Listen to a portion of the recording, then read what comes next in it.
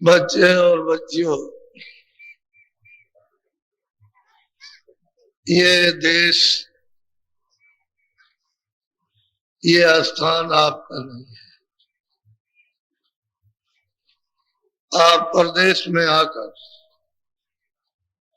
पराये सामानों में और पराये नियम में यहाँ उलझ गए और फंस गए।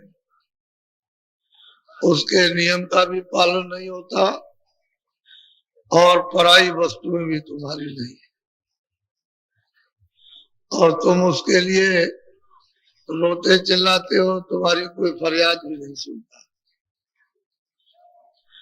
और जिसने अपने नियम में आपको फांस लिया वो कुछ कर भी नहीं सकता। उसने अपने से अपने को अलग कर लिया कि हम इस नियम के अंतर्गत नहीं है, हम तो परे हैं। हमने नियम बना दिया है, उसके वसूल और ये काम है। उसके खिलाफ कोई भी चलोगे तो हमारे जितने भी कर्मचारी हैं वो सब आपको दंड देंगे।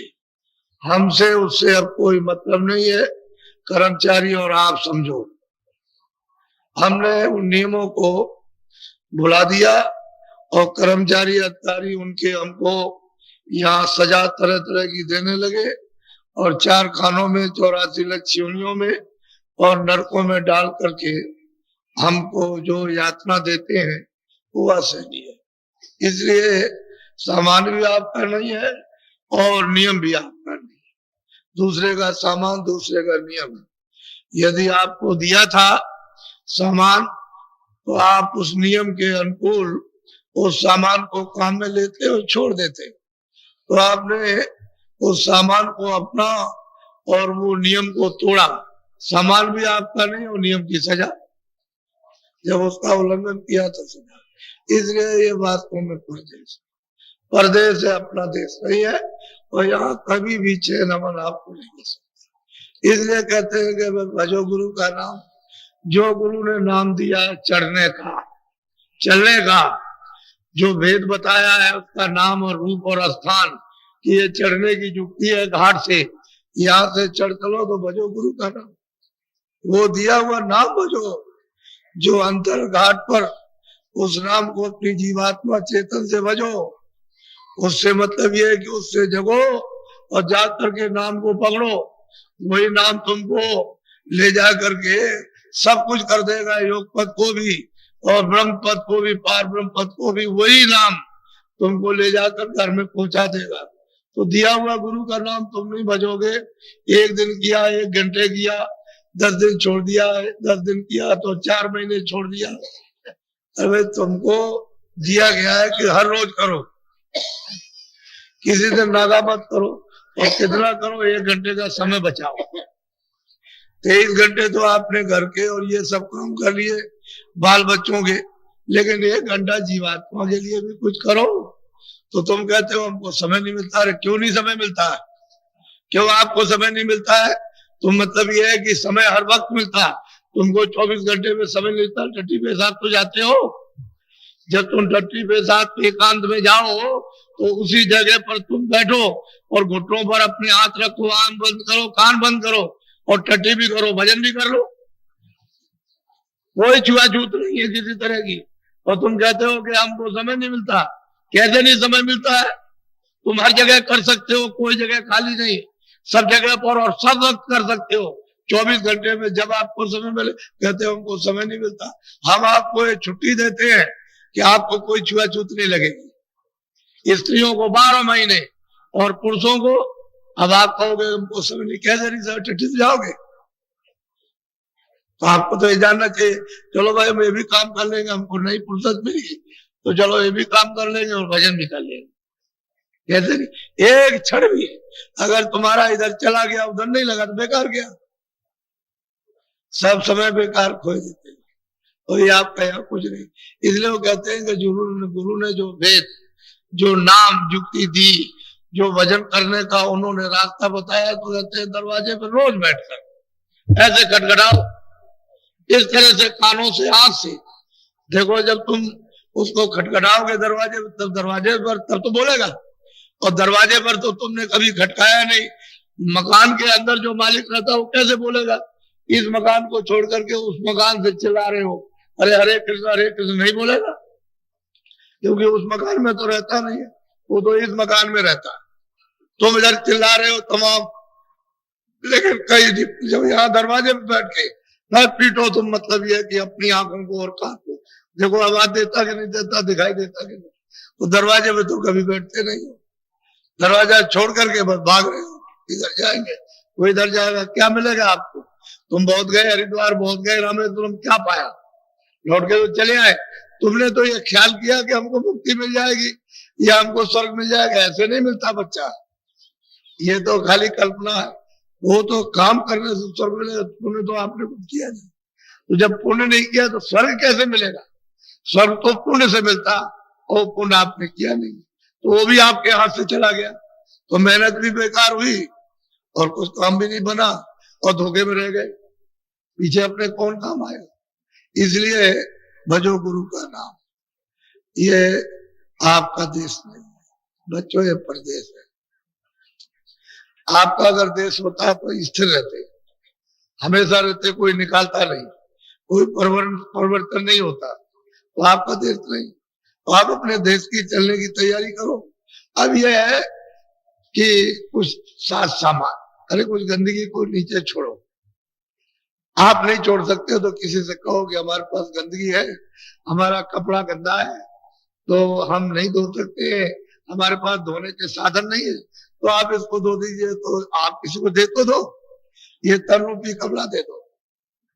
हम तो आपको इसलिए ले आए कि आप मतलब ये कोई ऐसी बात ना समझो कि बाबा जी मतलब ये है कि कुछ कोई गलत रास्ता बताते, तो हमने तो कहा कि चलो प्रयागराज, चलो त्रिवेणी संगम पर आपको स्नान कराएंगे, हम जैसे कहें वैसे करो स्नान उसी गंगा में, और गंगा में नहाओ और डुबकी लगाओ, ये प्रतिज्ञा करो कि अब हम आज तक शाकाहारी रहेंगे, शाकाहारी शुद्ध आहार करेंगे, फल फूल अनाज है शुद्ध आहार करेंगे, और मतलब ये है कि ये काम नहीं करेंगे। अब जो कुछ हो गया भूल चूक हो तो हो गई, अब उसके लिए तो इसको भूल चूक माफ करने के लिए, क्षमा करने के लिए कपड़ा दे दो, आगे वो करने नहीं देंगे कि दोबारा फिर जमा हो, और जो गंदगी जमा है उसको कपड़े को दो तन रूपी कपड़ा, तो जरा धुलाई कर दे, रगड़ कर दे। अब वो अपना साबुन, उनका ढंग का अलग है, वो ये साबुन तो है नहीं फैक्ट्री वाला, उनके पास साबुन है, वो लगा देंगे, धीरे से मेल कट जाएगा। तो आप अपना कपड़ा तो दे दो, वो कपड़े नहीं दे, और तुम साफ कर नहीं सकते हो कि तुम्हारे पास तो कोई चीज है ही नहीं कि उस दाग को छुड़ा लो। तुम कर्मों का दाग छुड़ा सकते हो? जो लाद रखा आपने वो बिना महात्माओं के बच्चा नहीं होता है, इसलिए तुमको ले आएंगे। चलो कम से कम इसी बहाने से तुम कम से कम आगे कोई ऐसा तुम बोझा तो अपने ऊपर नहीं लागो जो काला दाग लग जाए, जो लगा है उसी की सफाई करो। वो कितना पीड़ित करेगा आपको, छोड़ेगा, वो कितने युग बर्बाद कर देगा। इसलिए आप परदेश में आए हो, और ये जो दृश्य है, ये जो आप देख रहे हो, हमने जो आपसे कहा था ये महामानव कुंभ लगेगा, और ये बताया था कि अपनी सनातन विद्या का, यानी इधर से भी उधर से भी सनातन विद्या का, जिससे कि जीवात्मा उसमें स्नान करे, उस ब्रह्म गिरा गंगा में जो ऊपर से गिर रही है, जो अमृत के साथ वर्षा हो रही, उसमें जीवात्माओं को स्नान कराओ। तो ये आपको बताया गया, तो सब जगह आपको कहा कि चलो चलो चलो चलो, तो हमने कोई ऐसी बात नहीं की, आपके सामने कोई असत्य व्यवहार झूठा नहीं किया, और आपके सामने ये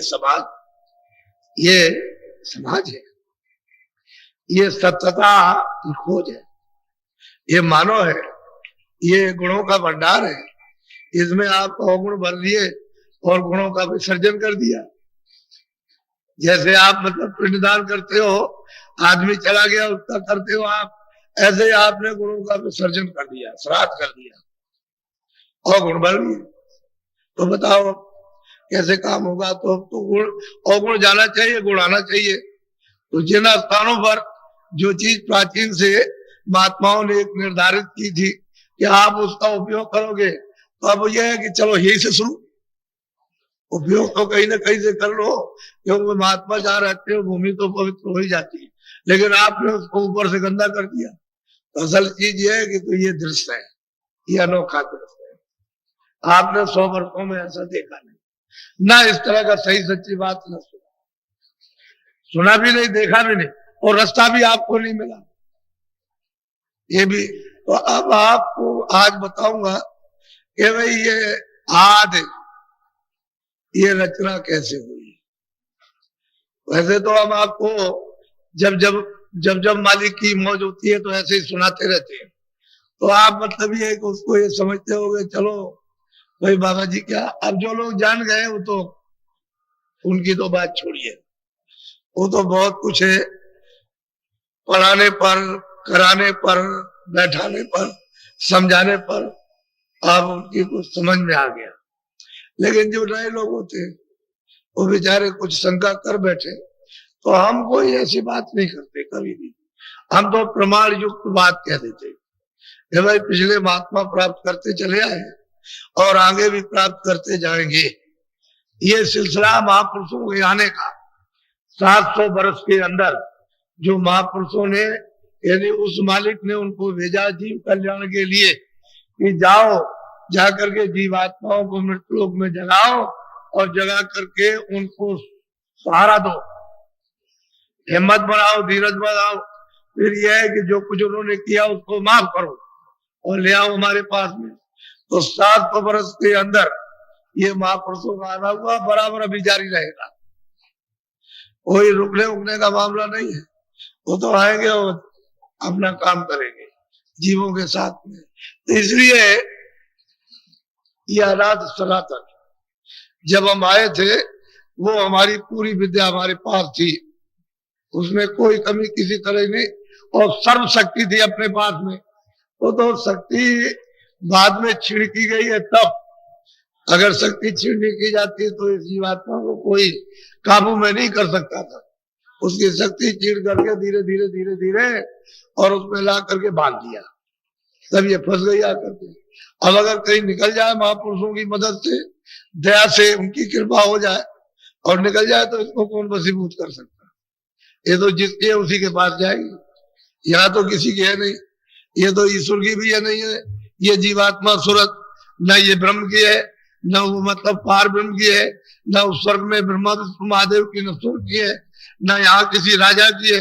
ये तो जीवात्मा बस बंधी है तब तक है, और जैसे ही ये खुली तो सिवाय अपने घर के दूसरा कुछ नहीं, यहाँ वो है ही नहीं। तो जरा सब विवरण पूरा पूरा आप बड़े ध्यान से सुनिए ताकि आपको ये जानकारी हो। बोलो।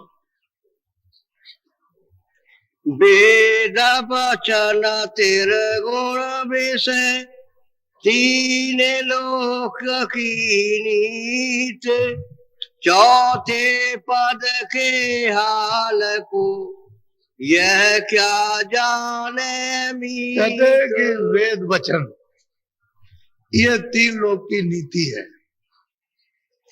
जब उन्होंने इधर जब जीवात्माओं को ला करके इस तन रूपी मकान में दोनों आंखों के पीछे बैठाया तो सबकी आंख खुली थी, सबके कान खुले थे, सब लोग मतलब तीनों लोकों में जाते थे। मृतलोक में तो थे ही, तो अंडलोक में, ब्रह्मांड में, पार ब्रह्मांड में और सत्य देश में जाते थे, कोई रोक टोक नहीं थी उसकी। तो कहते हैं कि तब तो कोई रोक नहीं, तब तो कोई वेद विधान था नहीं, कोई वेद की नीति थी नहीं, न शुभ था न अशुभ था, न पाप था न पुण्य था, न अच्छा न बुरा, न 84 थी, न 4 खाने थी, न नरक थे, कुछ नहीं। तो कहते हैं उस समय तो कोई विधान ही नहीं था।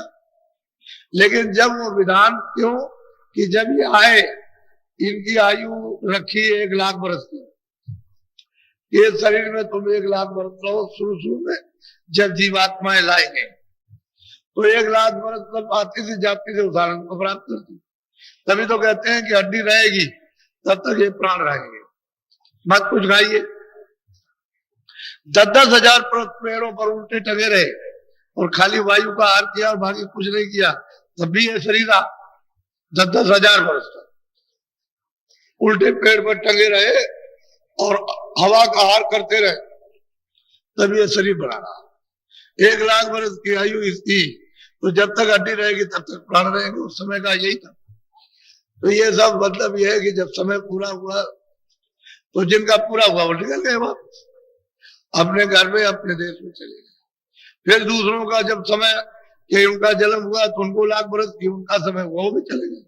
फिर और तीसरों का इस तरह से, यानी अनगिनत खेप 1-1 लाख बरस पूरा करने पर वो जीवात्मा निकल गई, क्योंकि कोई तो बंधन तो था नहीं, कोई रुकावट नहीं थी, कोई नियम नहीं। बाद में फिर ये देखा कि भाई ये तो लोग सब चले जाएंगे और हमने बहुत तपस्या की, तो ये तब किया इन्होंने बहुत, तब जाकर के वो सतपुरुष से प्रसन्न, मालिक से प्रसन्न हुए। कहने लगा अच्छा मैं तुमसे बहुत खुश हूं, तुम क्या चाहती हो? तो इन्होंने उससे मांगा कि हमको, यानी वहां जैसा राज हो तो मिल ही सकता, लेकिन कुछ मिलता जुलता छोटा मोटा कुछ राज दे दीजिए। तो उनका अच्छा ठीक है तुमको दिया। अब जीवात्माओं के सुरतों के बगैर कोई रचना हो नहीं सकती, क्योंकि सुरतें नहीं रहेंगे तो कोई रचना नहीं। ये सब आदमी चले जाए तो राज क्या कौन करेगा, किस पर करेगा? मिट्टी पर। अरे भाई जब ये लोग रहेंगे तभी तो राज होगा, तो जब ये है नहीं तो राज किस पर है? तो उन्होंने जीवात्माओं का भंडार, छोटा सा वो समुद्र है, उसमें से लोटा 2 लोटा, घड़ा 2 घड़ा, गाड़ी 2 गाड़ी, टैंकर 2 टैंकर आ जाए तो उसमें क्या फर्क पड़ने वाला, वो तो सागर है अथा। तो एक छोटा सा भंडार तकसीम कर दिया, सबको दे दिया, क्योंकि सबने तपस्या की थी और सब लोगों में अलग अलग बांट दिया। इधर भी है इन्होंने दे दिया, तो यहाँ ले आए, ला करके फिर ये खोल बना दिया और उसका एक तरीका जल मरण का रख दिया। तब उन्होंने अपनी शक्तियां पैदा की, जन्म दे करके जब उनका जन्म हो गया तो आदेश दे दिया कि तुम सीधे जंगल में चले जाओ, वो जंगल में चले गए। तो वो भी विधान ऐसे नहीं बना सकते, वो भी 20,000 बरस तक तब किया, ब्रह्मा ने, विष्णु ने, महादेव ने। और जब ब्रह्मा ने लगाई तो तीनों ने समाधि, लेकिन ब्रह्मा को ये आवाज सुनाई दी कि हम जो बोले वो लिख दो। तो निरंजन भगवान जो जो बोलते गए वो लिखते गए। वो कहते हैं कि 3 लोक की नीत है, ये यहाँ भी काम करेगी, स्वर्ग में भी काम करेगी और ब्रह्मांड में भी काम करेगी। 3 लोक की नीत का इनके मतलब ये त्रय वचन, रजोगुण, तमोगुण, सतोगुण, ये तीनों प्रकार के वचन है, उन्होंने नीत बना दी, नियम बना दिया, विधान बना दिया। और उन्होंने आदेश दे दिया कि भाई तुमको अधिकार दिया जाता है मृतलोक में जो चाहो सो करो, जो भी अच्छे बुरे कर्म करोगे अपना भोगो, हमारी तरफ से कोई बंधन नहीं, ना आदेश देते ना मना करते, बस हमारी तरफ से जो कर्मचारी रहेंगे, आप जो कुछ भी अच्छा बुरा कर्म करोगे लिखते रहेंगे, अंत तक कुछ नहीं बोलेंगे, आखिर श्वास तक। और जैसे ही समय पूरा हुआ, श्वास पूंजी खत्म हुई, बस हमारे सिपाही पकड़ेंगे और पकड़ के ले आएंगे, तुम्हारा हिसाब हो जाएगा। हम तो हिसाब करेंगे नहीं, लेकिन हिसाब तुम्हारा हो जाएगा, सजा मिल जाएगी। ठीक बात यही है। तो कहते हैं कि जब से नीत बनी, यानी तीनों लोगों का विधान बना, तब से ही जीवात्माओं को ये बंधन पड़ा। पहले तो कोई बंधन नहीं था। यानी कितने सतयुग, कितने त्रेता पहले भी गुजर गए, पहले भी निकल गए और वो जीव सब निकल गए, लेकिन अब पीछे से जब बना दिया तो ये बंधन आ गया। अब यही से बेड़ी पड़ जाएगी आपकी, पाप की पुण्य की, पाप की पुण्य की, पाप की पुण्य की, और उसी का मतलब अच्छा। फिर आपने अच्छा भोगा, धनी मानी, राजघर में तुमको राजा बनाया, जन्म दिया, तो तुमने पाप किया, फिर बस नीचे उतर गए। इतने में तो नीचे गए, बस नीचे गए, नीचे 4 खानों में 84 लच्चियों ने नरक में उतार दिया। अब अपना किया हुआ भोगते रहो, ठीक ही हालत रहे। अब बिना महापुरुष के जो इसका भेद जानता, उसके बगैर कोई पार नहीं जा सकता, अब नहीं जा सकता कोई भी हो, चाहे जितना भी पढ़ो लिखो। पढ़ना लिखना चातुरी, पढ़ना लिखना तो चतुरता है, तो बात सहल, काम दहन, मन बसकरण चढ़न मुश्किल। काम को मतलब यह है कि जलाना, और मन को बस में करना, और सूरत को गगन में आकाश की तरफ, ये मुश्किल, ये उनसे नहीं हो सकता, वो जानते ही नहीं इसको, ये काम कैसे दहन किया जाएगा। और मैं आपको उत्पत्ति का ये विस्तार कैसे हुआ वो सब आप समाचार सुनिए बहुत प्रेम के साथ। बोलो।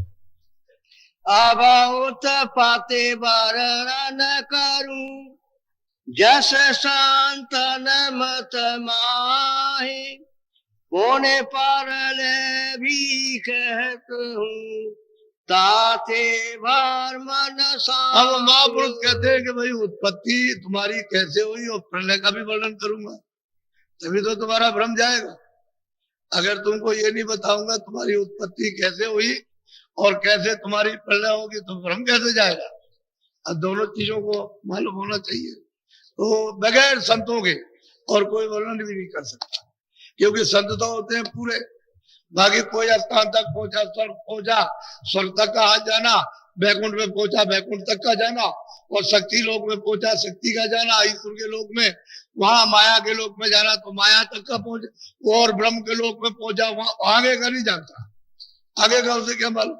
लेकिन जो सबका वेद जानता और जहां से ये सब निकाल हुआ, जब वो पहुंच जाएगा तो ये सबको जान जाएगा, सबसे मिलेगा, सबको जानेगा, सब में से आएगा, सब में से जाएगा। बगैर संतों के कोई इस राज को कह भी नहीं सकता, क्योंकि उसको तो मालूम है नहीं। अब वो जो कोई कहेगा लड़ाई हो जाएगी, खुद संघर्ष अपने मन से करेगा, क्योंकि बुद्धि में तो वो चीज आएगी नहीं, वो तो बुद्धि के परे है, मन के परे, इंद्रियों के परे। वो तो वहां आत्म चेतन ज्ञान है। तो जब जीवात्मा को नहीं जगाओगे तो जानोगे क्या। ये तो वहां बुद्धि काम नहीं करती। बोलो। सब की याद कहूँ अब स्वामी अकय अगाध अपार। अब वो कहते हैं कि भाई सबकी याद, वो एक अकय था, अपार था, अनामी था, अनाम था। कहते हैं पहले वो अकेला ही था, अब उसी में सब अपार था, बेअंत्या था, बेकुमार था, उसकी कोई पैमाइश कभी नहीं है, पहले भी नहीं थी। और अनामी था, उसको कोई नाम नहीं, न पहले नाम है ना अब है, पहले भी नाम नहीं था उसका, अब भी नाम नहीं है। वो तो आप भक्त बन करके कुछ भी आप नाम सिद्ध कर लीजिए, वो तो अलग बात, वो तो अब भी अनाम है। कहते हैं वह अपार और अनाम, अकेला था, न ईश्वर थे, न ब्रह्म थे, न पार ब्रह्म थे, न धरती थी, न गगन है, न स्वर्ग है, न बैकुंठ है, न ब्रह्मांड है, न पार ब्रह्मांड है, न वेद है, न कतेब है, न कुरान है, न पुराण है, न सूरज है, न सितारे है, कुछ नहीं, कोई चीज कहते हैं कुछ नहीं था, मैं अकेला था। अब वो अपनी बात कहते अकेला। अब वो जब वहां सूरत आएगी, वो रूप धारण और ज्ञान लेकर के जब यहाँ आएगी, वो तब वही वर्णन करेगी, तो उसका तो वही रूप है, वो तो जानकारी लेकर के आई, वो वही है, वो तो मतलब उसने एक देह स्वरूप धारण किया वर्णन करने के लिए, है वही। तो वहां से आया तो कहते हैं कि भाई मैं ये था, पहले ये कुछ नहीं था। बोलो। तेन से अगम पुरुष प्रगटाए अगम लोक में अब वो वर्णन करते हैं कि जब रचना का विस्तार शुरू किया, इच्छा और मौज अनामी पुरुष की हुई, तो उन्होंने अपने से अगम पुरुष प्रगटाए। यानी मतलब यह है कि उन्होंने अपने पुत्र अगम लोक में उनकी बैठक बनाई कि देखो ये तुम्हारा लोक है, इसमें तुम रहो, अब हमारी इच्छा है, कुछ मतलब है रचना करने की। तो अपने से अलग अगम पुरुष उन्होंने अगम लोक में स्थापित कर दिया। बोलो। अलख पुरुष का हुआ उजाला अलख लोक उन और तीसरे पुत्र हैं अलग पुरुष, अनामी पुरुष के तीसरे पुत्र हैं अलग पुरुष, और वो अलग लोक में उनको स्थापित कर दिया। उधर अगम लोक, उधर में अलग लोक, ये दो हो गए। बोलो। फिर सत नाम पुरुष सत सोई सात सात रचना कहते हैं कि तीसरे जो कहते हैं हमारे पुत्र हैं सतपुरुष, सतलोक में उनका नाम सतनाम है, सतलोक में उनका नाम, वहां रखना सती सत्य है, वहां सत्य का कोई काम नहीं है। तो सतलोक अलग है, अलग लोक अलग है, अगम लोक और अनामी लोक का अपार है, बेंत्या है, वो तो जैसे पहले था वैसे है, उसमें तो कोई अंतर किसी तरह का है ही नहीं, वो तो पहले ही। वो मालिक भी वैसे ही बस कहते हैं कि तीनों ही है, ये मेरे पुत्र है, मैंने पहले मतलब ये है कि ये स्थापित किए। अब आप इसको अच्छी तरह, इनमें ये उन्हीं का रूप है शत्रु, बैठा दिया वहां, किसी तरह की भी मिलोनी नहीं है कोई भी किसी।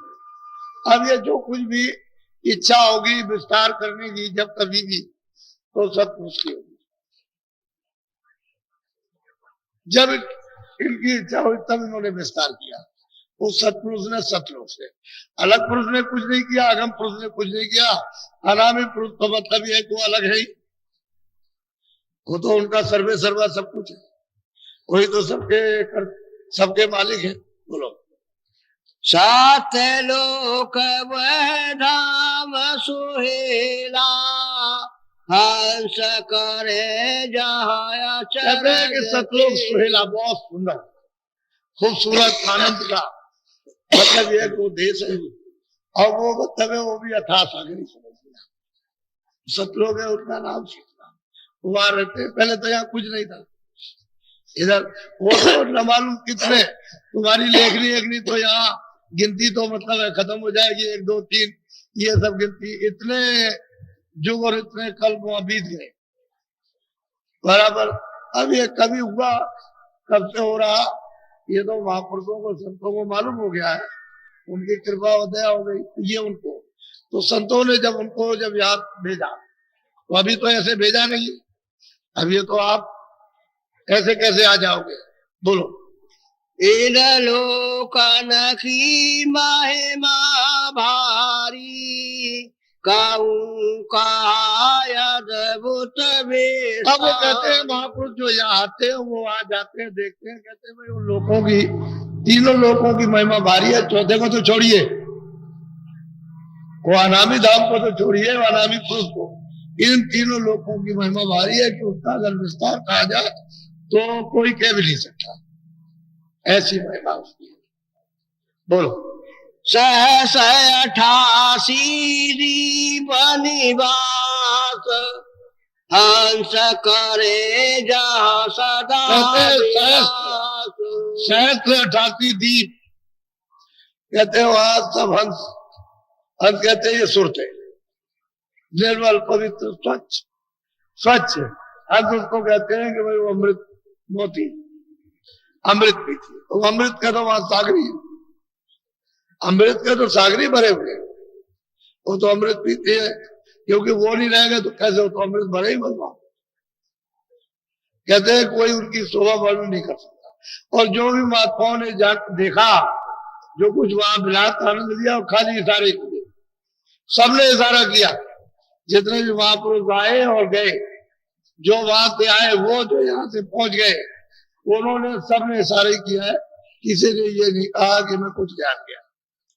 कहते हैं उनकी शोभा इतनी भारी है कि वचनों से न कह सकेगा कोई, न लिख सकेगा। बोलो। सुख का धाम सदा सुख जहाँ, दुख कलेश का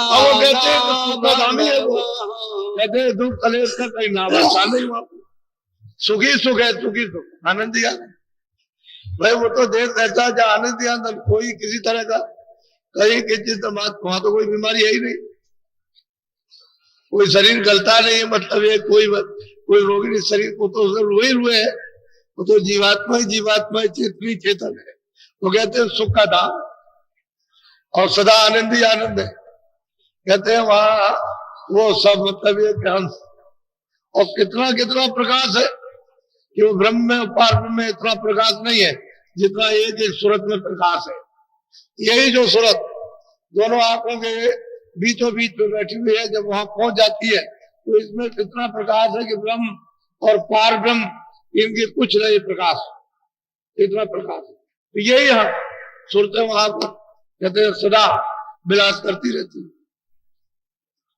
और कैसा कैसा विलास तो बोलो।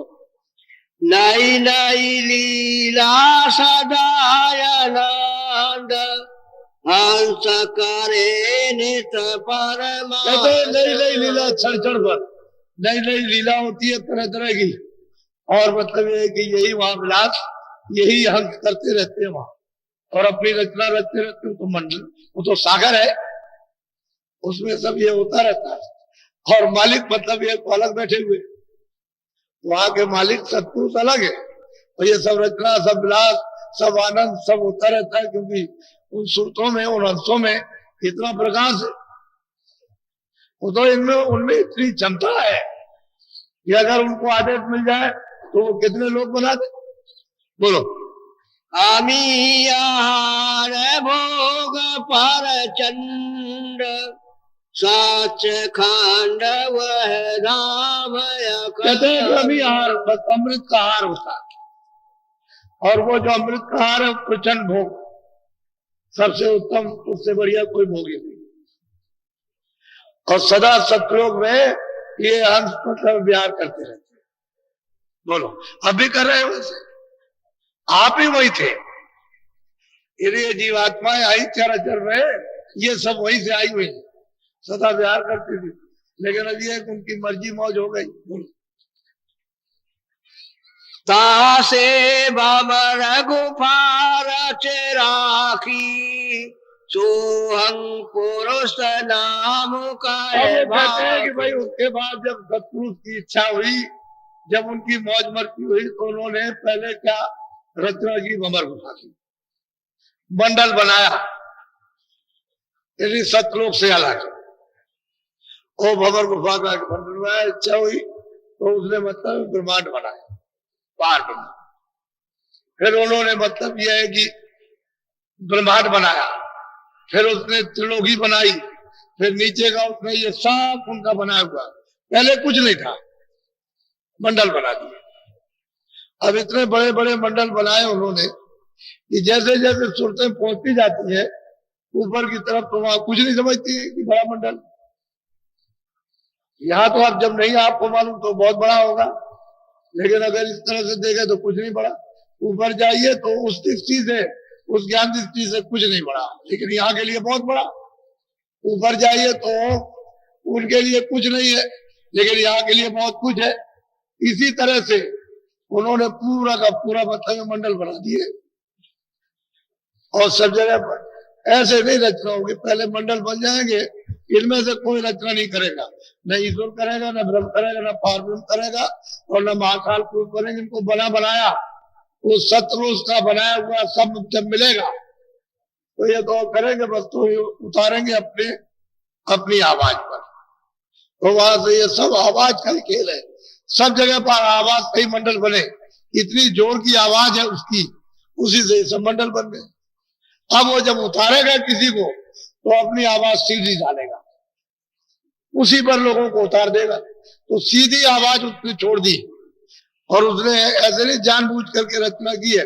ये ध्रुव तारा जो आप देखते हो, ये उसी का एक प्रतिबिंब है, वो एक ही जगह स्थिर है, ऐसे ऊपर से आवाज आ रही है, ऐसे टिकी हुई है। अब इसी आवाज के ऊपर में सब टिके, ईश्वर भी टिके, ब्रह्म भी टिके, पारब्रह्म भी टिके, महाकाल भी, सब, और ये सब के सब उसी पर घूम रहे हैं, जैसे इस तरह से ऐसे राउंड लग रहा है सबका। ऊपर देखने से पता चलता है ऐसे सब घूम रहा है जितना। यही नहीं, स्वर्ग है, वैकुंठ है, ब्रह्मांड है, ईश्वर घूम रहे, ब्रह्म घूम रहे, पार घूम रहे, सब उसके ऊपर में ऐसे घूम रहे, इस तरह से। ये तब इनको इसी पर आवाज पर उतार के और ठेका बना कि तुम्हारा ये गुण है, तुम्हारा ये गुण है, तुम्हारा ये गुण है, तुम्हारा ये गुण है, तुम्हारा ये।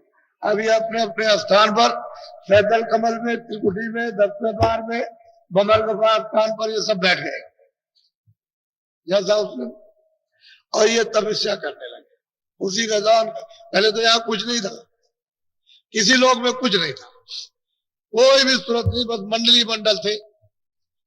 अब ये तपस्या करते रहे, कितने युग बीत गए। अब महापुरुषों ने कहा कि उसका कोई हिसाब नहीं था, इतने युग बीत गए इनको तपस्या करते करते। जब इनकी तपस्या से सब प्रसन्न हुए तो इसे कहा, भाई मैं तुमसे बहुत खुश हूं। क्या कहे, सही सच्ची बात तो थी कि इनको मसाला देकर के देश निकाला किया, सब मसाला दे दिया, कहा इसको नीचे करो, और एक मसाला तो सब वहीं से आया, शुरू में और तो कहीं से आया नहीं, तो इसको नीचे उतार करके और इनको मतलब ये कि इनको भेजा, तो मसाला नीचे कर दिया और कहा कि अच्छा ठीक है, तुमको ये देते, तुमको ये देते, तुमको ये देते। और फिर सुरतों का भंडार उसी आवाज पर, उसी सद पर, उसी नाम पर, उसी देवबाड़ी पर, उसी बाजा पर उतार दिया। पूरा का पूरा भंडार उतारा, उतार करके लिया और जगह जगह छोड़ते आए। जो जहां जिसको दिया था भंडार उतना उसको छोड़ दिया, उतना उस स्थान पर, उतना उस स्थान पर। फिर उन्होंने मतलब अपने अपने स्थान पर जिसकी जैसी रचना थी उन्हीं मतलब है कि जीवात्माओं को लेकर रचना की उन्होंने। फिर वो वहां के शासक हो जाते हैं, शासन करने लगे, देखभाल करने लगे। जैसे यहाँ आकर के ये मृतलोक में ये सब रचना हो गई, और अगर मान लीजिए कि आपको न दिया जाए तो राजा किस बात पर राज करेगा? आप ही तो करेगा। जब कोई आया नहीं है तो खाली मतलब आकाश पर राज करेगा भाई, जब आओगे तभी तो राज होगा।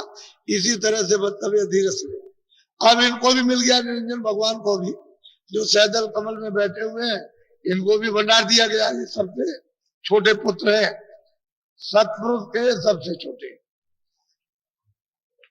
ये लघु पुत्र है। इनको सैदल कमल में बैठा और इनको दे दिया कि अच्छा ठीक है, तुम 3 लोक के मालिक। तो इनको 3 लोक का मालिक बना दिया। अब इन्होंने 3 लोक में जब सुरतों का भंडार पाया तो फिर मतलब ये कि इन्होंने संगत विस्तार किया। अब वो उनको अधिकार दे दिया कि इसके अंतर्गत तुम रचना का अपना विस्तार कर लो, ये लोग मैं तुमको सुरतें दे देता हूँ। और सुरतें जब रहेगी तभी रचना बैठेगी। जब तक जीवात्माएं नहीं रहेगी, रूह नहीं रहेगी, सोल नहीं रहेगी, तो रचना नहीं होगी। तो इनके कारण से मसाला मिला करके और उसको इसमें बंद करके और रचना बैठा ली। बस ये बात असली। तो आप भी यहाँ के नहीं हो, वो भी यहाँ हुआ यहाँ के नहीं, वो भी वहीं से आए और आप भी यहीं से आए।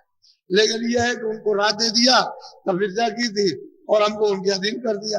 अब आपको इतना तो रखा है कि तुम वापस जा सकते हो, ये नहीं जा सकते। तो कहते हैं कि भाई पहले तो उन्होंने वो महाकाल पुरुष को उन्होंने भेजा। बोलो।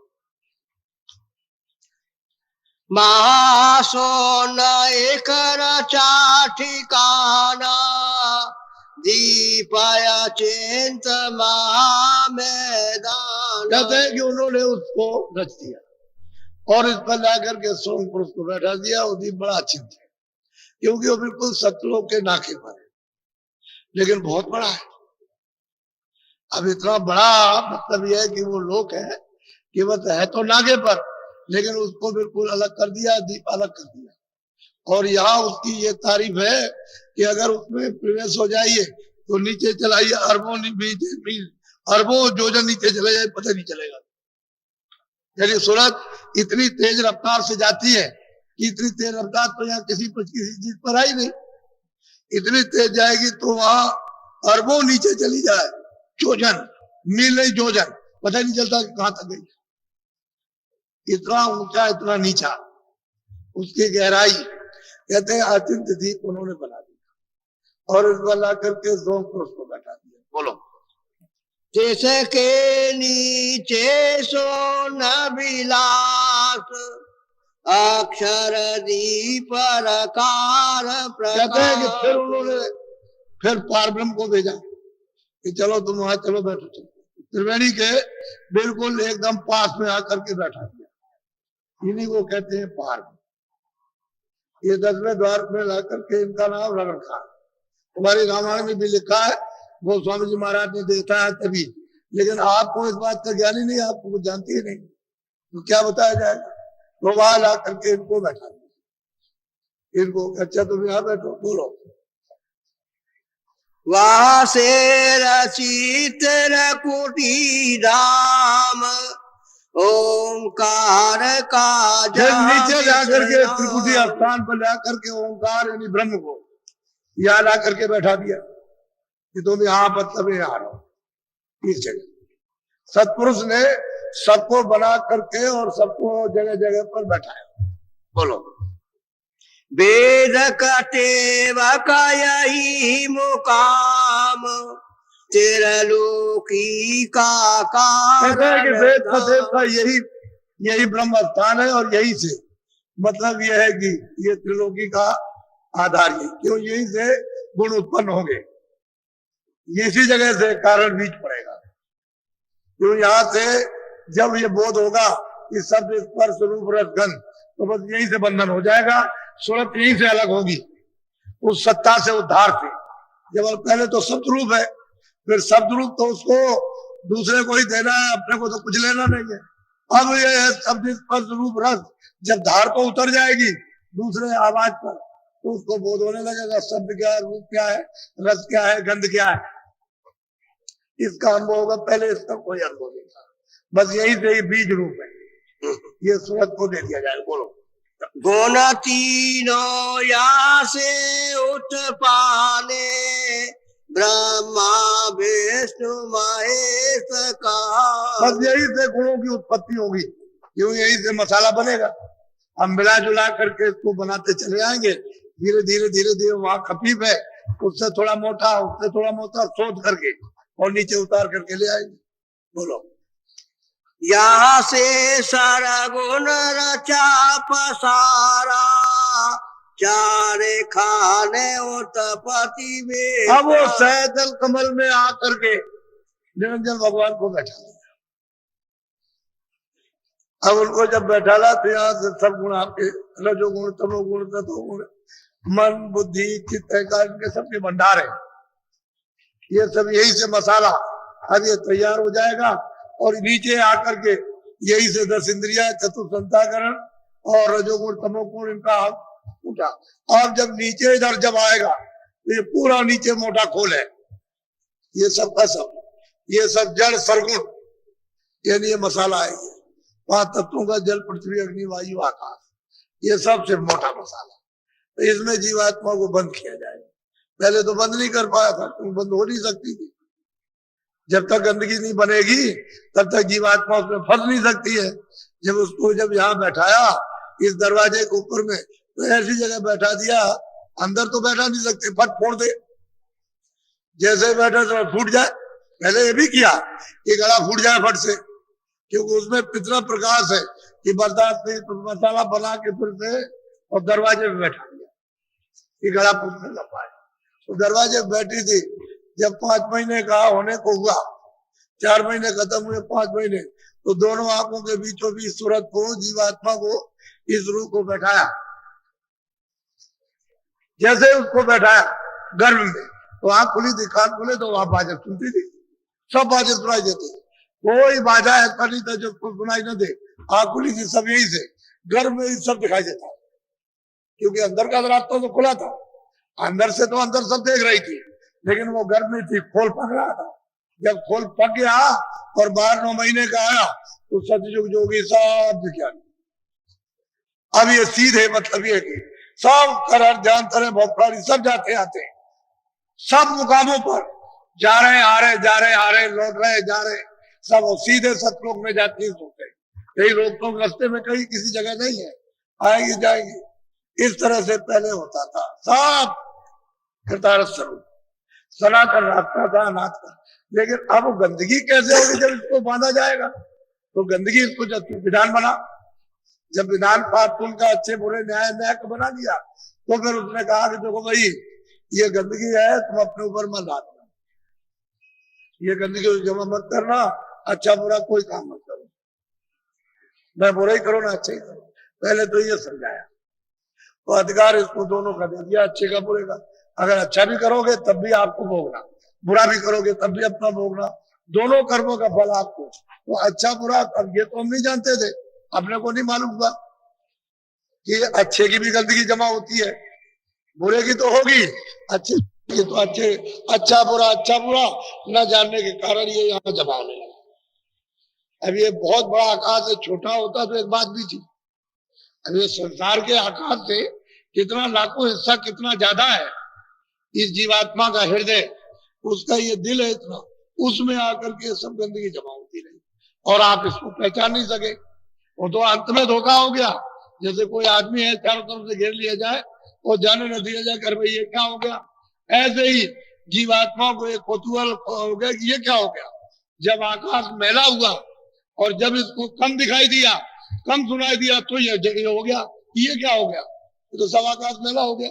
अब तो हमको कुछ नहीं दिखाई दे रहा और कुछ सुनाई नहीं दे, इसी में गिर गई, घेर लिया उस गंदगी से, बस घेर लिया। तो अब क्या कर सकते। अब दरवाजे पर तो उसने ये सुराख बनाए थे, ये इधर ये कान के नाक के, तो इसमें इसका प्रकाश इधर हो गया। अब ये प्रकाश इधर फैल गया, ऊपर की तरफ का प्रकाश बंद हो गया और आधार भी आपका चला गया।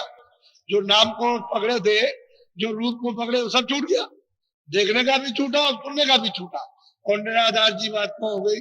अब आप फंस गया।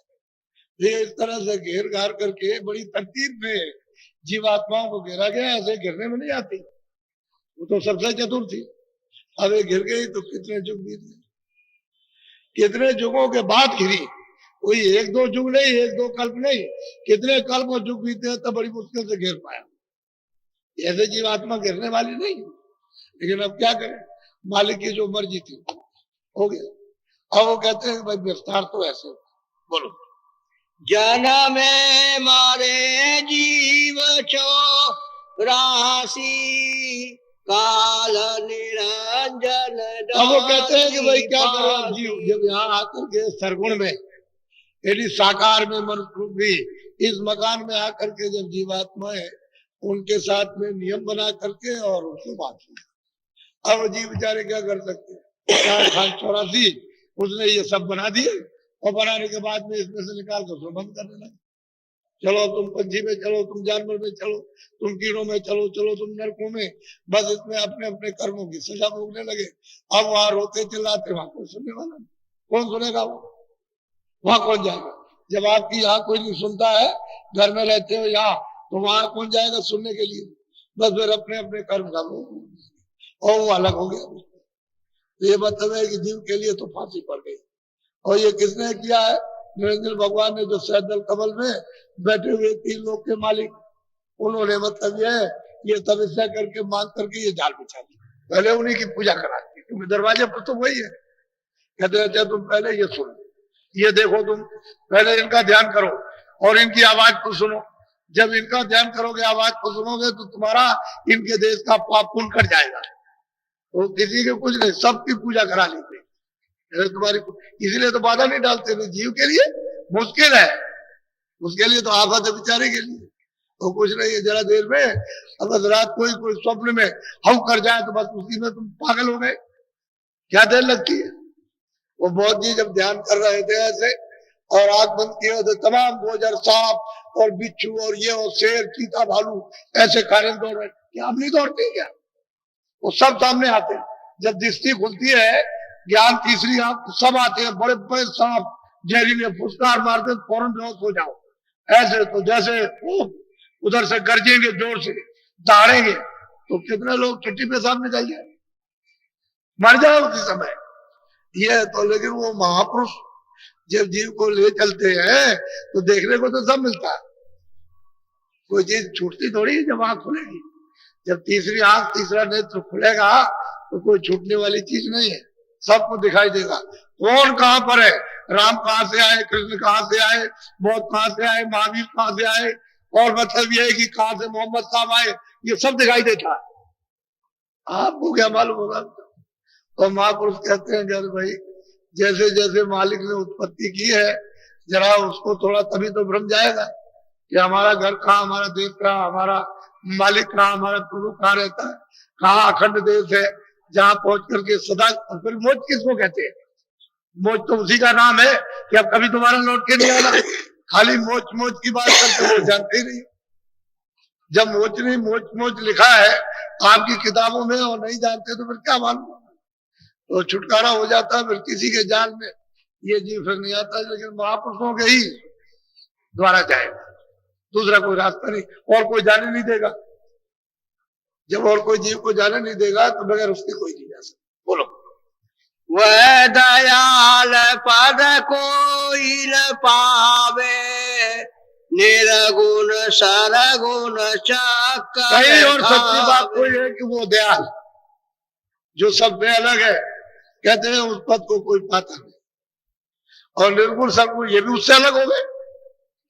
अब एक दूसरे से सब डर रहे, ईश्वर डरता ब्रह्म से, ब्रह्मदत्ता पारणम से और महाकाल पुरुष से सब डर रहे और महाकाल पुरुष सतपुरुष से, तो तुम्हारी कौन हस्ती है जब वही थर थर कांप रहे ऐसे करके इस तरह से, वही डर रहे कि जरा सा अगर कुछ हो जाए तो सेकंड भी नहीं लगे, एक पल भी लगे सब विनाश हो जाएगा सबका सब, तो डरते हैं। और तुम बेचारे क्या, तुम तो जीव हो, तुम तो इस गंदगी में फंसे हुए, तुम्हारे लिए तो बड़ी दुर्गति जब ये खुद डर रहे हैं। बोलो अब पारले कावा फूले खा जस से मटाव जगत का कि भाई अभी ये तो उत्पत्ति हो गई इस तरह से, कहां से ये हुआ, ये सब सतलोक से हुआ, सतपुरुष इच्छा वही इनका सबका मालिक।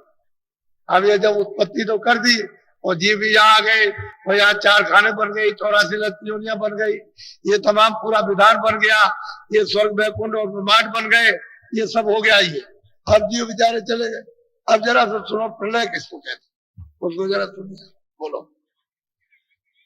काल आई जीवन को ग्रासा जीव समाने काल की अब कहते हैं कि भाई जब समय पूरा हुआ, ये मनुष्य शरीर का समय जब पूरा होता है तो श्वासों की पूंजी उसने दे रखी है, उसी की उम्र बना लीजिए आप,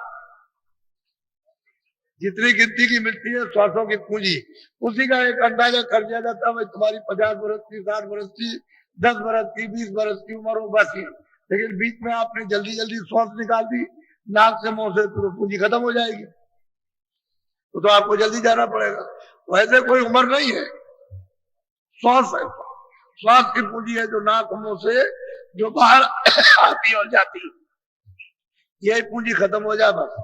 तो कहते हैं जैसे ही तुम्हारी श्वास पूंजी खत्म हुई कि समय पूरा हो गया, वैसे वो आएगा एकदम से अपने सिपाहियों को हुक्म देगा कि देखो भाई उसकी श्वास पूंजी यहाँ से खजाना, ये खजाना यहाँ से तार लगा है खत्म होने का, तो ऊपर में तार लगा हुआ उसका खजाना, कहते देखो ये खाली हो गया और तुम लो ये वारंट लो और जल्दी से जाओ उसका मकान खाली करा लो। तो 1-2 सांस रहती है, 2-4 श्वासें रही तब तक वो आ गया, लगा देखो ये हुक्म हो गया मालिक का, खाली करो। आप मतलब ये है कि देख करके बस बिल्कुल आंख बंद कान बहरे बुद्धि पागल बसती है, उसको मतलब ये खींचने लगे तो इधर से खींचते हैं बुधा चक्र प्राण खींचते हैं उसका सब छट छट ये सब चटकता यहाँ का जवाब दे जाता है। ये सब ये कुछ नहीं है, जैसे मतलब बिल्कुल मुर्दा हो गया खींच करके उसको ले आते हैं इधर में मतलब है कि नाभि, फिर इसके बाद में हृदय में या कंठ में घसीट करके ले आया, सीमेंट करके तो गुर गुर गुर कुछ नहीं, अब घुर्राता है यहाँ पर, जैसे मतलब बात का पित्त होता ऐसे यहाँ पर घुर्राता है बस, यहाँ से बस ये सूरत यहाँ बैठी है बस 60 सेकेंड खींच लिया। ये तो मतलब ये है कि सिमटा उसका इसका बेचारे उधर वो हिसाब करता बढ़ता 2 दल कमल काल का दे वहां हिसाब करेगा, उस पर वो बैठे हुए मजिस्ट्रेट, वो कोई भी हो तो सबका हिसाब वही होता है, चाहे कोई जोगी हो, जती हो, सती हो, ये हो, कुछ भी हो, कोई हिंदू मुसलमान, सबका वहां न्याय होता है। भाई तुमने मृत्युलोक में क्या किया, हमने जो अधिकार दिया था अच्छे बुरे कर्मों का, कितना बुरा कितना अच्छा, तो वो सब वहां है। अब वहां तो कोई वकील मुख्तार तो होता नहीं है कि उसकी तरफ से साधक करेगा या सफाई देगा, कुछ नहीं, वो सब कुछ है सामने कि बोलो तुम मृत्युलोक में गए थे तो देखो तुमने ये किया कि नहीं किया, तो कहता हाँ हमने किया, तो तुमको किसी ने मना नहीं किया, आप क्या जवाब दोगे? वहां आदमी काट रहे हो, बच्चा काट रहे हो, स्त्री काट रहे हो, पुरुष काट रहे हो, जानवर मार रहे हो, गाय है, बकरी है, सुअर है, घोड़ा है, गधा है, बिल्ली है, खरगोश है, इसको मार रहे हो, काटो, सब वहां आपको दिखाई देता है, कुछ चीज रहे काट रहे, कोई गोली चला रहा है, कोई नाक काट रहा, कोई चोरी कर रहा है, कोई डोगे, सब कुछ बात सब पूरा पूरा पूरा सब जिस वक्त करते हो सब चीज दिखाई देता है। तो बताओ आप चुप रहेगा?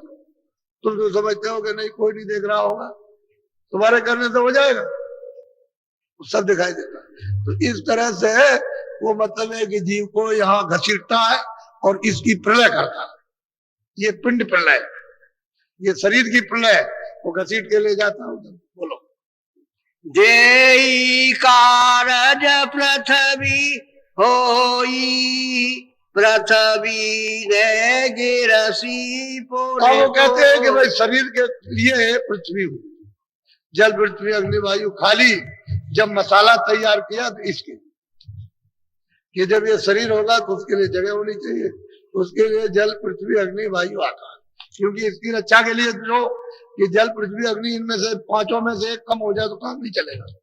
चाहे अग्नि कम कर दीजिए, चाहे वायु कम कर दीजिए, चाहे आकाश कम कर दीजिए, तो मतलब ये एक कोई कम हुआ तो कुछ नहीं, फिर कुछ नहीं हो सकता, पांचों मसाले बराबर है। तो कहते हैं कि देही के लिए तो पृथ्वी तैयार की उसने, जल पृथ्वी अग्नि, इसके बगैर ये इसकी रक्षा होनी, सूरत रह नहीं सकती। इस पिंजरे में सूरत रहेगी नहीं, अग्नि रहेगी तो नहीं रहेगी, वायु नहीं रहेगी तो नहीं रहेगी, जल नहीं रहेगा तो नहीं रहेगी।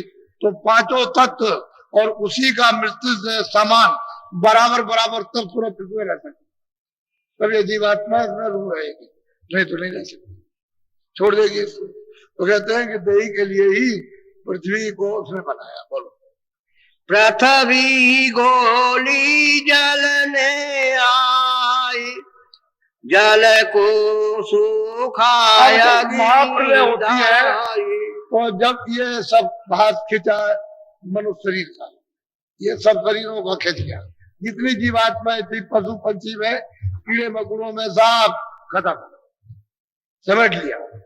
अब ये पृथ्वी जल में घुली, ऐसे नहीं घुलती है, ऊपर से आवाज बंद करते हैं। जब उन्होंने अपने मुंह की आवाज को बंद किया तो ये जितने पहाड़ हैं जो आप तोड़ते हो, ये ऐसे हो जाते हैं बुर बुर जैसे राख, एक क्षण के अंदर। क्षण तो बहुत ज्यादा समय, उससे भी कम, यानी बिल्कुल भुर भुर भुर भुर ऐसे हो जाए जब वो आवाज बंद करता है। बस ये सारी पृथ्वी एकदम से जड़ से जलमय हो जाती है, पूरा का पूरा जल हो जाएगा। कई एक रेशों को भी कहीं पृथ्वी नहीं रह जाएगी, ना कोई पेड़ रह जाएंगे, कोई चीज नहीं रहेगी, सब बराबर जलना। ये सब नदी नाले, सब ये तालाब घर, कुछ नहीं, सब बराबर। अब वो कहते हैं कि भाई जल ने पृथ्वी को ऐसे बोल लिया, उसने आवाज बंद कर दी, बस ये राख बनी, बस एकदम, बस हिलोर हुई, हिलोर तो समुद्र में हो ही नहीं, बस साफ एकदम से उसमें मिल गई, पानी का रूप हो गया। बोलो, अग्नि मिली पवन के रूप, पवन हुई आकाश। अब यही मतलब यह है कि अग्नि ने जल को सोख लिया, क्योंकि अग्नि के बगैर जल सूख नहीं सकता। ये पांचों तत्व अपने अपने में खिंचेंगे तभी काम बनेगा। तो जल ने पृथ्वी को खोल दिया, और जल को कौन सोखेगा? अग्नि। जब अग्नि सोख लिया तो कुछ नहीं रहता, सब साफ। फिर इस अग्नि को वायु अपने में खींचती है, और ये वायु को आकाश में लिया। अब ये पांचों चीजें हैं, यदि यहाँ तो उठ करके सब आकाश में चला गया, अब खिंचाव हो जाएगा। बोलो, आकाश समाना माया माई, तम रूपा दिखे। कहते हैं कि आकाश का सिमटाव जो है आद्या महाशक्ति जो ऊपर बैठी हुई है, उसने सिमटाव किया, उसको सिमटाव। उसी के साथ ही साथ जैसे ही आकाश सिमटेगा, वैसे स्वर्ग, वैसे ही बैकुंठ, जितने भी 14 लोग हैं, वो सब के सब सिमटना शुरू हो जाएगा। तो वहां क्या देर लगती, वहां तो नीचे से ऊपर तक यदि इतना हो जाती है, तो जितनी वहां रुए रहती है वो सब पहले ही सीधी पहले ही समेट ली ऊपर में, और फिर उसके बाद में ये सब बात की सिमटता है। तो वो है लिंग तत्व।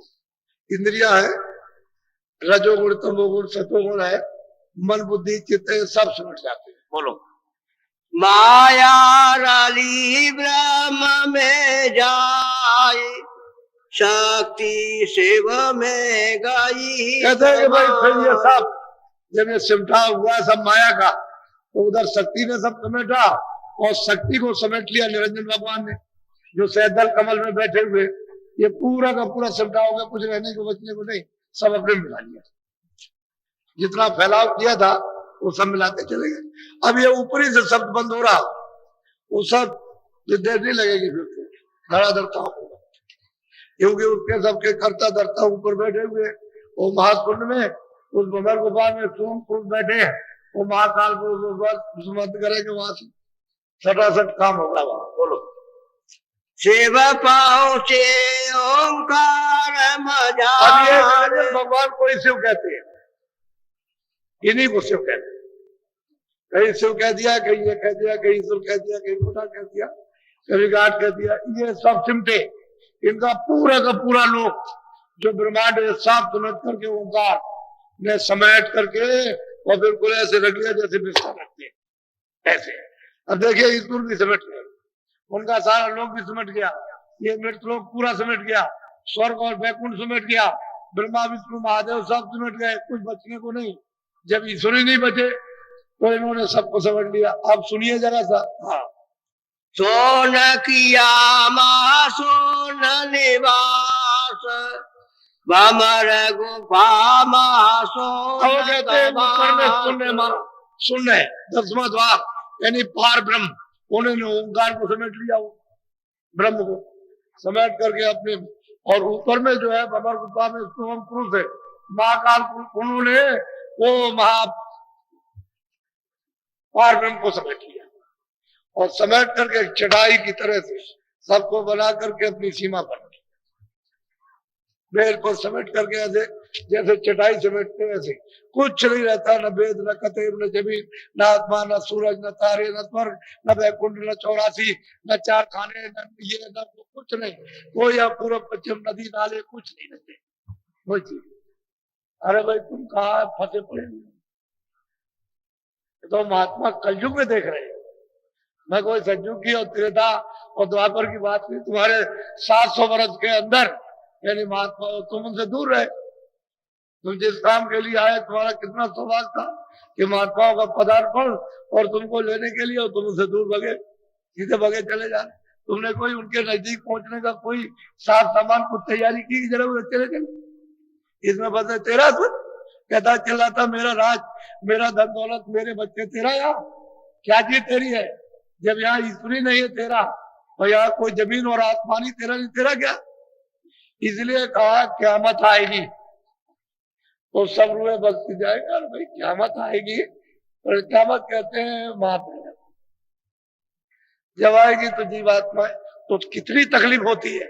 अगर उस तकलीफ का आप वर्णन करो तो मतलब ये रात को मूर्छा आएगी, इतनी जीवात्माओं को तकलीफ यहाँ होती है। तब शरीर छूटता कैसे छूट जाता है, सब भुगतान भोग लेते हैं। वो भुगतान सब 24 घंटे के अंदर जिस तरह से भुगाया जाता है, जिस तरह से रुलाया जाता है, विधि किया जाता है, चिल्लाया जाता है, वो एक अकथ कहानी है। इसलिए जलमत मरण दूसरा दुख हो, जलमे की और इसकी पीड़ा तो फिर महाप्रलय की पीड़ा को कौन वर्णन कर सकता है। इसलिए यहाँ आपको कुछ है नहीं है, तुम तो परदेश में आकर अज्ञान में मेरा है। हाँ ठीक है, उसने हमको अपने बंधन में बांधा, उनके नियम के अनुसार चलेंगे तो क्यों नियम के अनुसार चलो, क्यों बुरा करते। अरे भाई अच्छा करो बुरा मत करो, फिर वो बुरा भी छोड़ देना, क्योंकि जब तुम बुरा छोड़ोगे तो फिर अच्छा करोगे, अच्छा भी छोड़ देना तो तुम छुटकारा पा जाओगे। पहले तो बुरा छोड़ो अच्छा करो, फिर बाद में महात्मा जुक्ति बता दे तो तुम अच्छा भी छोड़ दो, तो न पाप न पुण्य, तो जीव का छुटकारा हो जाएगा, अपने घर की तरफ जाएगा। अब तुम अच्छा समझो ना बुरा समझो, अब इसमें लगे पड़े हुए तुमको कोई आराम मिला, एक भी आराम नहीं। इनमें से जितनी शकल है कोई आराम की नहीं, हमको जो दिखाई दे रही है कोई आराम की शकल नहीं है। सब परेशान, सब दुखी, सब हैरान और सब चिंतित और घबराए हुए कि पता नहीं क्या किस समय हो जाए। अरे भाई तुम अपने घर में जाओगे विश्राम ही मिलेगा, पराए घर में विश्राम नहीं हो सकता। अपना घर स्थिर है, अखंड है, अविचल है, चला माने, और वहां कोई मारे पीटेगा न, वहां कोई काल है न वहां मृत्यु है, न कोई निकाले। एक बार पहुंच जाओ, अब की बार पहुंच गए फिर नहीं, तो हमेशा नहीं। अब एक बार आ गए और तब से आए अभी नहीं पहुंचे, अब आपको ये सब कुछ पता नहीं है। अब महापुरुष चिल्ला रहे और तुम उनसे दूर हो गए तो पता नहीं क्या भोगों में पड़े हो। कौन सा रस मिल गया अभी तक, कोई रस मिल जाता तो ठीक नहीं था, लेकिन रस कुछ नहीं, बस उसी भ्रम में। अब मिल जाएगा, अब मिल जाएगा। बोलो। या तक परले कभी कभी होई, सत्य लोक का द्वार। अब वो महापुरुष मित्रलोक में आकर के कहते हैं कि भाई वहां प्रलय वहां तक कभी कभी, यानी महातुंड के नाके तक कभी कभी प्रलय होती है। फिर न मालूम कितनी सदियां कितने युग बीत जाएंगे, फिर विस्तार होगा, कुछ नहीं कहा सोच रहे अब। लेकिन यह है कि कभी कभी प्रलय तो, महाप्रलय तो आती आएगी, ऐसा तो नहीं कि नहीं आएगी। इसलिए बाकी और प्रलय होती रहती है, और कई किस्म की प्रलय है। एक में तलनित प्रलय होती है, कई किस्म की होती है, वो तो होती है, लेकिन महाप्रलय यही है। क़यामत इसी को कहते हैं। यही क़यामत का समय होता है कि जिस समय कोई बचने वाला नहीं होता। खुदा भी नहीं बचेगा, रब भी नहीं बचेगा, अल्लाह भी नहीं बचेगा। सबको जमाट करके, सबको एक तरफ, कुछ नहीं, न बैठ रहेगा, न बैकुंठ रहेगा, न यह जमीन, न आसमान, कुछ नहीं, सब समेट लेगा। इसलिए वो स्थिर है जो तीनों लोक है, सतलोक और अलग लोक, अगम लोक और अनामी धाम। तो पहले भी था, वो तो पहले भी वैसा है, उसमें तो कोई अंतर। ये तीनों देश एक रस, और उसमें अनामी पुरुष कहते हैं मेरा रूप है, मेरा सत्य रूप है। जो वहां सुरतें आ जाएंगे वो हमारे पास आएंगी, जो भी सुरतें सतलोक में पहुंच जाएंगी सब वहां जाती है। वालों को भी जाएंगे, अगम में भी जाएंगी, अनामी धाम में भी जाएगी, उसमें कोई रोक टोक नहीं किसी भी तरह की, जो पहुंच जाए। लेकिन उपासना सबसे ही लोग तक की है, आगे उपासना की कोई जरूरत भी नहीं, क्योंकि वहां तो फिर चले जाएंगे। वो तो जो दाखिल हुए वहां जाएंगे, जो भी सूरत दाखिल होगी वहां जाएंगे। इसलिए सतलोक तक उपासना। तो हमको मालूम नहीं कि उपासना कैसे की जाए। तो महात्मा ऐसा काम करते हैं कि किसी, मतलब यह है कि नियम का उल्लंघन नहीं कराते। वो कहते हैं इसकी पूजा करो, इसकी पूजा करो, इसकी याद करो, इसकी, और चलो इधर, ताकि तुमको किसी तरह का उसके देश का, उसके नियम के अनुसार कम से कम वो तो क्षमा हो जाए। उसी के देश के उसी काम से क्षमा करा लेते हैं, सफाई करा लेते हैं, और जीव को छुड़ा लेते हैं। तो उनके पास युक्ति है सब। बोलो।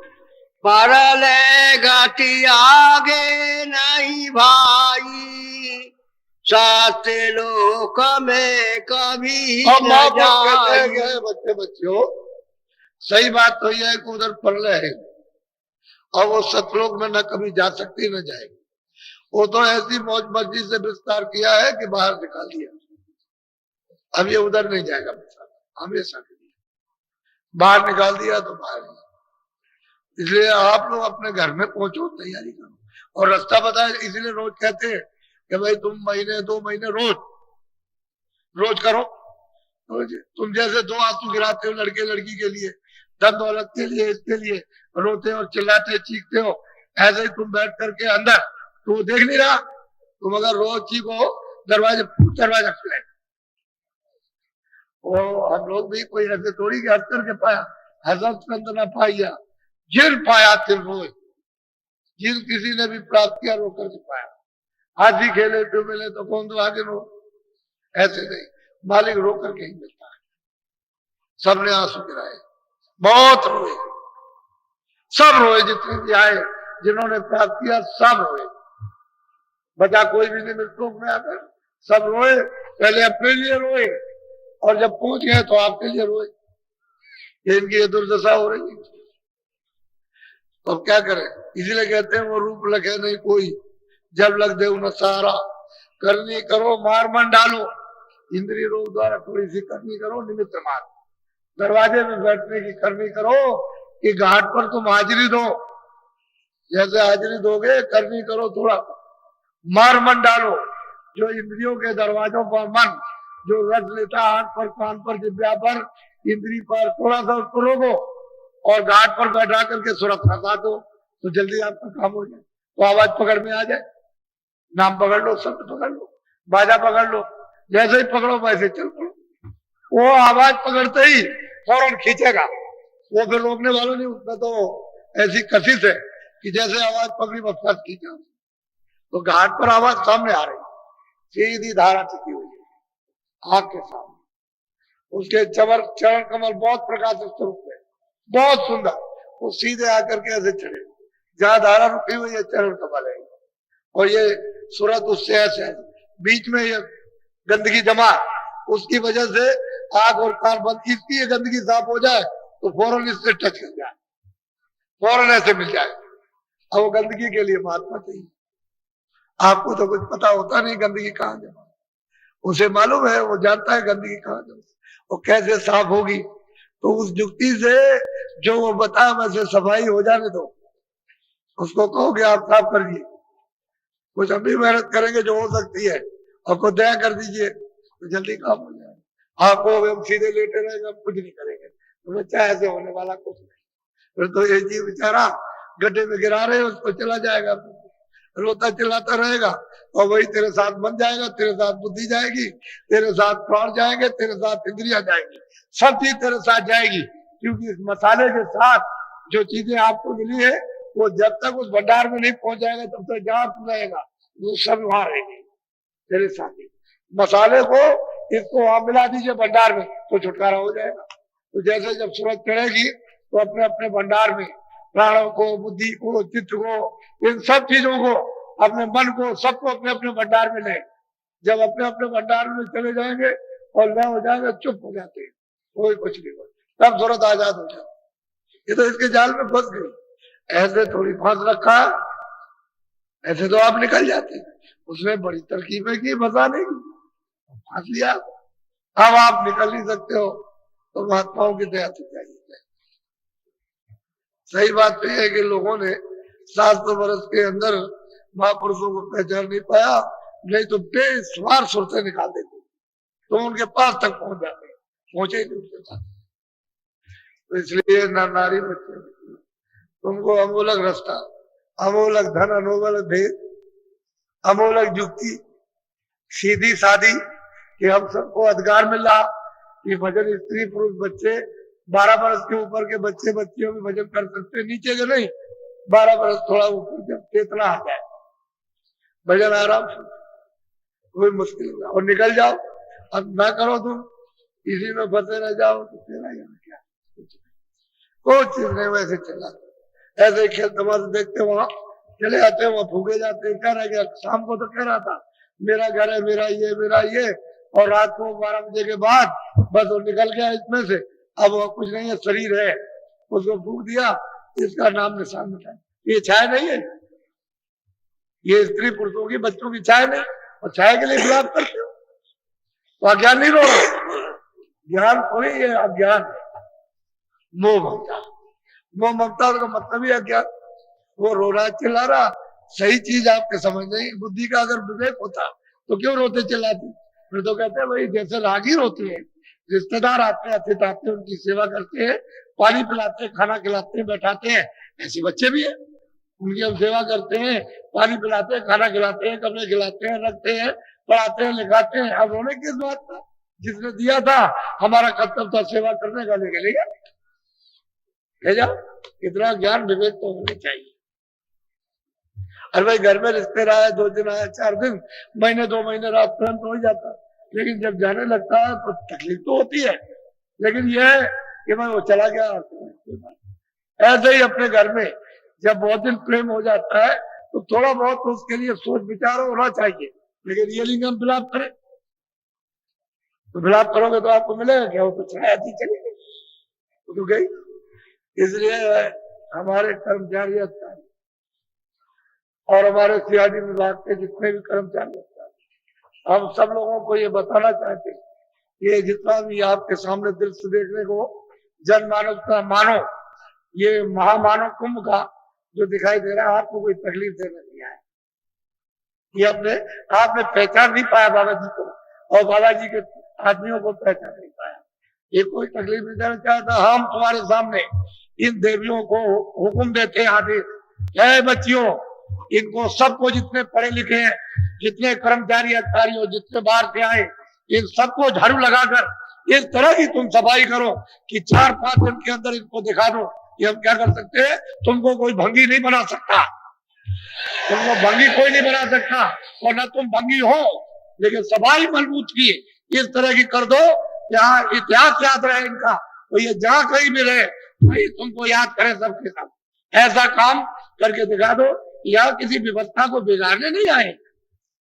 व्यवस्था की आपको उचित है यानी बताने आए कि व्यवस्था कैसे करना चाहिए, या कोई आंदोलन करना न कराना, न किसी को मारना न मरवाना, न कोई गाली न गलौज किसी तरह का भी किसी के लिए भी कोई मतलब यह है कि ऐसा कोई काम नहीं। किसी की व्यवस्था में बाधा, अगर किसी व्यवस्था में बाधा हम डालते हैं तो हमारा बाधा पड़ गया, हमारी व्यवस्था है तो हम ही को तकलीफ होगी।